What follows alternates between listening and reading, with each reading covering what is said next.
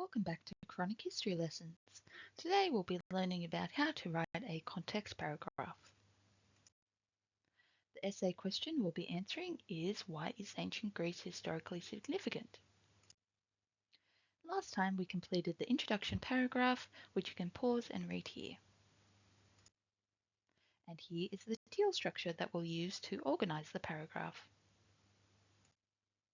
So the context paragraph comes after the introduction and before the body paragraphs, and its job is to give the reader the background knowledge needed to understand the essay.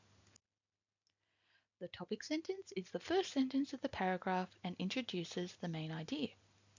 In this example, we state that it's important to provide some context before going into our main arguments in the body paragraphs.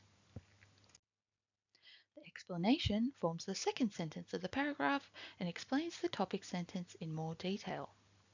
To expand on the topic sentence, you can ask yourself, what parts of the topic sentence are too broad and require more explaining? In this example, you might ask, what is the basic background knowledge that a reader would need to know or understand the essay? In history essays, there are some key types of information that should always be included in an explanation, and you can figure this out by asking who, what, when, where, why, and how. In this example, the time frame is the when, the location is the where and the who, because we're not talking about specific people but ancient Greece as a whole. The description of the geography is the what, and the impact of the geography is the how and the why. And now we have the first two parts of the context paragraph. The evidence forms the third part of the paragraph and uses examples, sources, or facts to support the explanation or the argument of the paragraph. Using evidence shows the reader that you're using the best available historical knowledge to support your argument. When you don't use historical sources, the reader might assume that you're relying on personal opinion or guesswork, which limits the value of the argument and the essay. In history essays, we use primary sources to understand what people described at the time, and secondary sources to explain why events happened and why they matter. In this example, I've labelled each source as either primary or secondary, but you wouldn't include these labels in a formal essay. And now we have the first three parts of the context paragraph. Next up, we have the analysis section, which explores what the sources show, the consequences of our evidence, and why they matter.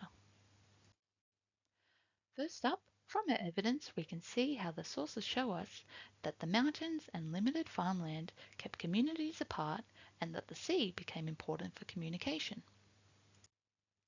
Secondly, we can see that because Greece was mountainous, communities developed on their own, but the sea allowed them to communicate and trade.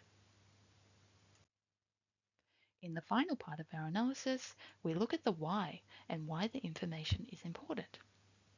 So why does it matter that geography caused communities to develop on their own and that they relied on the sea for travel and trade? Well, historians are interested in how societies develop over time, and many important aspects of ancient Greek history can be linked back to its geography. For one, the separation of communities led to the development of important independent city-states like Athens and Sparta.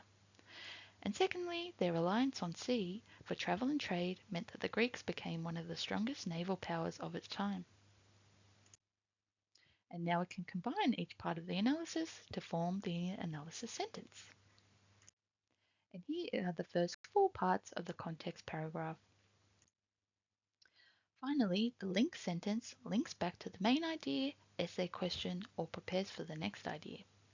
In this example, we link the last sentence to the next idea, which will be our first body paragraph on ancient Greek city-states. And now we have a finished context paragraph. Next time, we'll write our first body paragraph on ancient Greek city-states. See you then.